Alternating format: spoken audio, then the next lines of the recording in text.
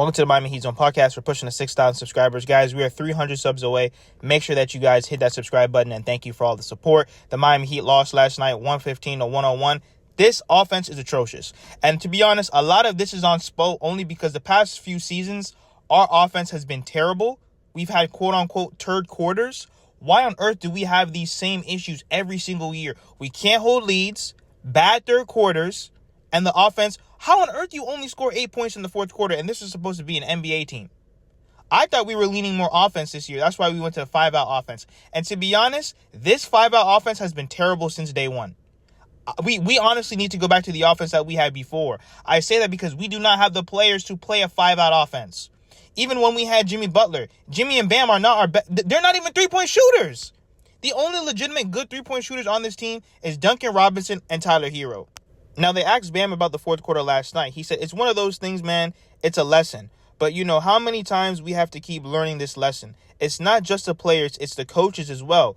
We got to understand we have to be all on the same page. But that's the thing, bro. How come you guys are not on the same page? And Bam Adebayo, he actually highlighted something very, very interesting. He said it's on the coaches as well. Because Spo has been putting out terrible lineups. First of all, why is Burks not playing every single game?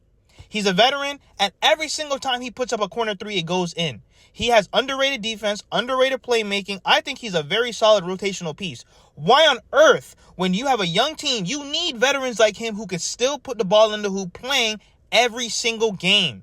Okay, Burks is a very good three-point shooter. I have no idea when this Miami Heat team lacks offense, why on earth is Burks not playing? We have terrible rotations. Thank God Terry Rozier didn't play last night. But Terry Rozier has been atrocious too. Jaime Jaquez Jr., atrocious. And Tyler Hero, that man, he was getting locked up last night. And one concern that I do have about Tyler Hero is that when these lengthy, very physical defenders really put their weight and pressure on him, can he get past that? Because ever since since he's been in the league, he's been struggling against very good defenders. And remember now, he's the all-star. When you're an all-star, bro, you have to go under that criticism as well. When you're an all-star, you want to be him and you want to say that you're in the same conversation as Luka, Trey, and Ja. Okay, then. You're going to be held to that standard. But let's listen to Bam Adebayo. It's one of those things, man. It's a lesson, but, how many times we got to keep learning this lesson? And it's not just the players, it's the coaches as well. We got to understand. We got to all be on the same page. What was the most challenging thing there? At the end of the third and into the fourth, they go to that smaller lineup. What was most disruptive? They got momentum. I feel like that was the difference in the game. I feel like the whole game they were going to run. Our offense would hold up, and then obviously they got momentum in the fourth and kind of took off from there. This is the team. It's not as young as it used to be, and there's some strong-willed minded veterans out there at the end of games with Wiggs and Davion and you and Tyler. How do you as veterans sort of step up in that moment that it's not a bunch of scared kids, it's a bunch of men? How do you take hold of that situation? We checked out up 10, and then checked out what? We checked back in. What was it? We were down three or four. From that standpoint, we got to all understand that they're in it's a momentum shift, and we got to understand how we can stop this snowball effect. So for us, it's figuring out how to basically, settle the offense and then get stops on the other end. You had one of your best halves points in the paint in the first half, and one of your worst halves as a team points in the paint in the second half. Is it something they did to stop you downhill, or is it something that you guys just stopped getting downhill? I feel like they just made a run, and once you make a run and the momentum shifts, then the crowd gets into it, and it just feels like. They make a shot, then we're down 30 instead of looking up and we're only down 8. And that's the maturity that we got to have when we keep going into this season, figuring out. Don't let it be a. Bam is absolutely right. I'm not saying that Erik Spoelstra needs to be fired. I see a lot of people saying that Erik Spoelstra's cooked.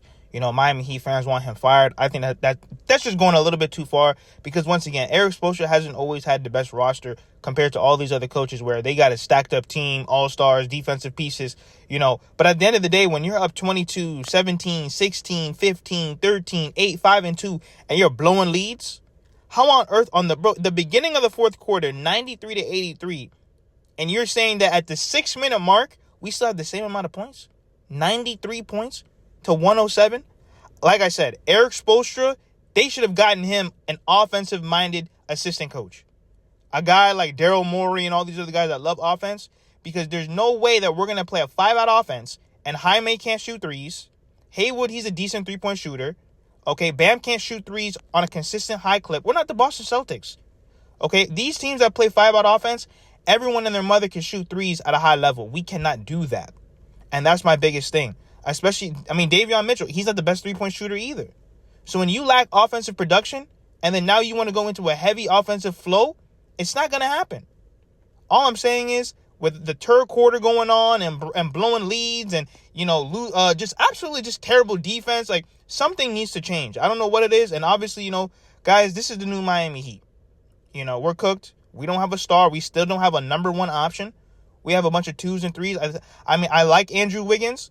We're going to have to really see how he looks with this team going into the offseason, where he can really learn the Miami Heat system, continue to play with the guys. But we don't have a clear number one all-star option. And I just think that's like the biggest problem. Bam Adebayo, sometimes he's aggressive, sometimes he's not. Tyler Hero, when he really gets clamped, he gets clamped. It's hard for him to get off his shots, And outside of that, Wiggins, I think he's a solid piece, but I don't see him as a number one option either.